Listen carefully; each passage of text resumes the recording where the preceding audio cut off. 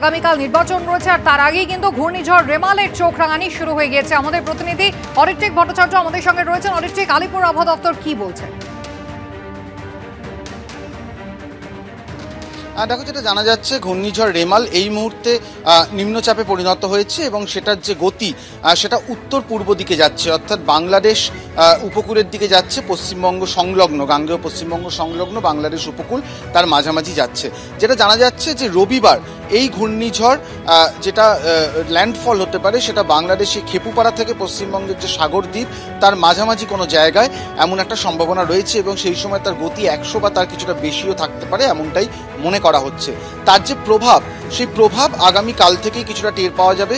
গাঙ্গেয় পশ্চিমবঙ্গের যে জেলাগুলো রয়েছে, অর্থাৎ উপকূলবর্তী যে জেলা, তার মধ্যে পূর্ব মেদিনীপুর রয়েছে, দক্ষিণ চব্বিশ পরগনা রয়েছে, সেখানে কিন্তু বৃষ্টি শুরু হয়ে যাবে এবং রবি এবং সোম এই দুদিন দক্ষিণবঙ্গের অধিকাংশ জায়গায় ব্যাপক হারে বৃষ্টি হতে পারে এমন একটা সম্ভাবনা দেখা যাচ্ছে এবং পাশাপাশি ঝোড়ো হাওয়া বিভিন্ন জায়গায় সেটা 70 থেকে 80 কিলোমিটার পর্যন্ত বেগে ঝড় বইতে পারে এমন একটা সম্ভাবনা রয়েছে।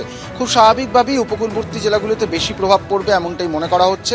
ঘটনাচক্রে এটাই যে আগামীকাল যে ভোটগুলো রয়েছে তার মধ্যে পূর্ব মেদিনীপুরের দুটি কেন্দ্র রয়েছে, সেখানে ভোট রয়েছে এবং কালকে ব্যাপক বৃষ্টি হলে ভোটের হারে সেখানে প্রভাব পড়বে কিনা সেটাও দেখার রয়েছে। তবে তাই ষষ্ঠ দফার ভোটের উপরে কতটা প্রভাব পড়ে সেদিকে তো অবশ্যই নজর থাকবে। ঘূর্ণিঝড় রেমালের আশঙ্কা কিন্তু ইতিমধ্যেই করছে আলিপুর আবহাওয়া দফতর। ক্যানিং থেকে এই মুহূর্তে 810 কিলোমিটার দূরে রয়েছে ঘূর্ণিঝড় রেমাল। উপকূলবর্তী অঞ্চলে ইতিমধ্যেই সতর্কতা জারি করা হয়েছে। যারা সমুদ্রে মাছ ধরছে তারা নিজের হারবরে তাড়াতাড়ি ফিরে যান। আপনারা মাছ ধরতে সমুদ্রে যাবেন না। মচ্ছি বোট, মচ্ছি বোট, মচ্ছি বোট। সুকান্ত মুখোপাধ্যায় আমাদের প্রতিনিধি সরাসরি রয়েছেন আমাদের সঙ্গে। সুকান্ত, এখনো পর্যন্ত আবহাওয়া কিরকম রয়েছে এবং এই সতর্কতা অবলম্বন করে কি কি ব্যবস্থা নেওয়া হচ্ছে?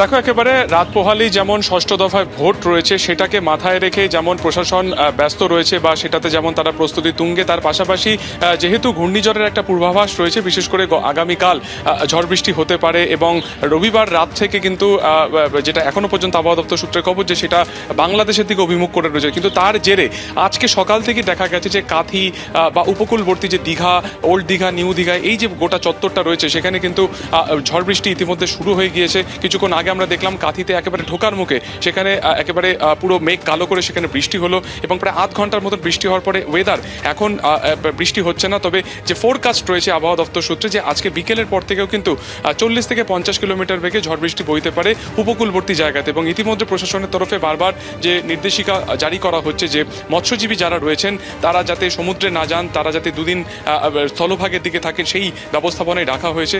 তার পাশাপাশি যেহেতু রাত পোহালেই নির্বাচন রয়েছে সেটাকে মাথায় রেখেও কিন্তু নির্বাচন কমিশনের তরফে কিন্তু ইতিমধ্যে প্রশাসনকে বলা হয়েছে যে যারা ভোটার থাকবেন তারা যাতে ভোট দিতে পারেন সেটাকে আলাদাভাবে দেখতে। এবং সব মিলিয়ে ওয়েদার অনেকটাই কিন্তু বদল হয়ে গিয়েছে, তাপমাত্রারও যথেষ্ট রকম একেবারে হেরফের হয়েছে এবং বৃষ্টি মাঝে মধ্যে হচ্ছে মাঝে মধ্যে হচ্ছে না। তবে বিকেলের পর থেকে কিন্তু এই যে গোটা আবহাওয়ার যে পরিবর্তন সেটা আরও কিছুটা পরিবর্তন হবে এবং যেটা তোমাকে বললাম 30 থেকে 40 কিলোমিটার গতিবেগে ঝড় বৃষ্টির একটা সম্ভাবনা কিন্তু থাকছে কাঁথি, দীঘা, ওল্ড দীঘা, তাজপুর, শঙ্করপুর এই চত্বরে। সুকান্ত, ধন্যবাদ।